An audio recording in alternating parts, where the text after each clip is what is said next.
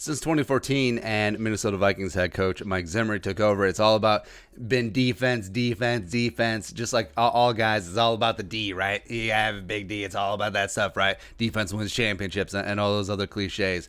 And all of the draft capital, a lot of the salary cap has gone into that defense. Varying results. Sure, because last year the Vikings had the most expensive defense in the NFL, as well as you look around, you got first-round picks. You got first-round picks in Barr and Harrison and Xavier, and then second-round picks in like Kendricks as well. So there's been a lot of money and capital sunk into that defense. Oh, Mike Hughes, first-round pick too? Yeah, sure, why not? So look at contract-wise, too. They were the most expensive defensive unit in the NFL last year. And then, for all of that money, they ended up fifth in scoring, which is okay, pretty good. 14th in yards allowed, meh. But Zimmer's defense has always been a bend, don't break, kick the field goal type defense. And then 19th and third down defense, which they used to be number one, as well as a former record-setting number one team in NFL history. Great. And you look around, you have big contracts for Everson and Daniil and Linval and Barr and Kendricks and Xavier and Wayne's making $9.6 million on his fifth-year option, and Harrison Smith as well.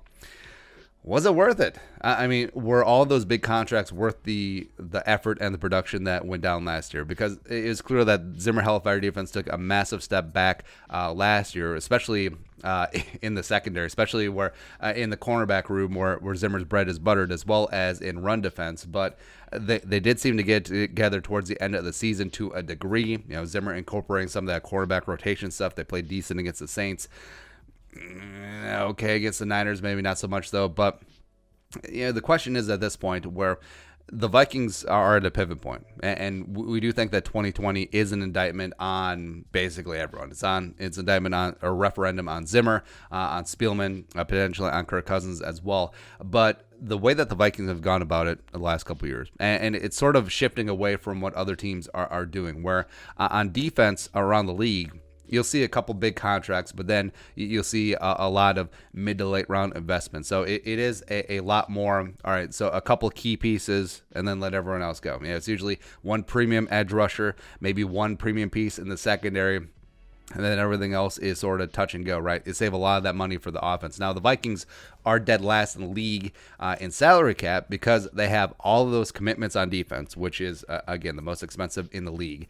But also, you're paying top of the food chain quarterback money for Kirk Cousins, and then you have two top 14 paid wide receivers, a massive tight end contract. Riley Reif ain't no slouch either, and then also Josh Klein is getting a little some. So it's almost like you're playing whack-a-mole, or you're like the Dutch boy in the dam, where you're trying just to have it all, but you can't plug all the holes because you're stretched so thin because of all these contracts over the place. So, you know, the question is, I mean, do the Vikings stay the course here? And if Mike Zimmer has a future beyond 2020, and Rick Spielman as well, is this the route that they should continue to go down and continue to be spending all ties going to the defense, where, you know, first, second round, third round picks? Like, it used to be like a, you know, a cliche, or a, you know, what's it called, like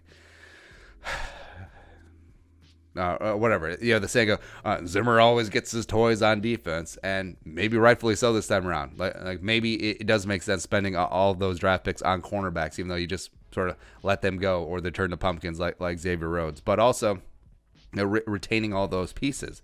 Like, does it make sense this year fiscally to bring back an Everson Griffin, to maintain Linval Joseph, to even hang on to a Xavier Rhodes? Because I think if Zimmer had his druthers, he thinks that he could fix Xavier Rhodes, which, you know, at making $10+ million a year, I don't really buy, like, at all.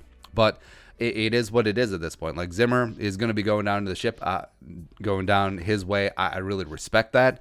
But also, I mean, this team needs to think about the future, where if Zimmer isn't part of the future, does it make sense to continue to hamstring this team by having this complete lead weight on the defensive side of the ball? When you look at the rest of the league, it's not so much so. You look at the Patriots, you look at the Ravens. Like, every single year, whether their defensive piece overperforms, they're allowed to walk.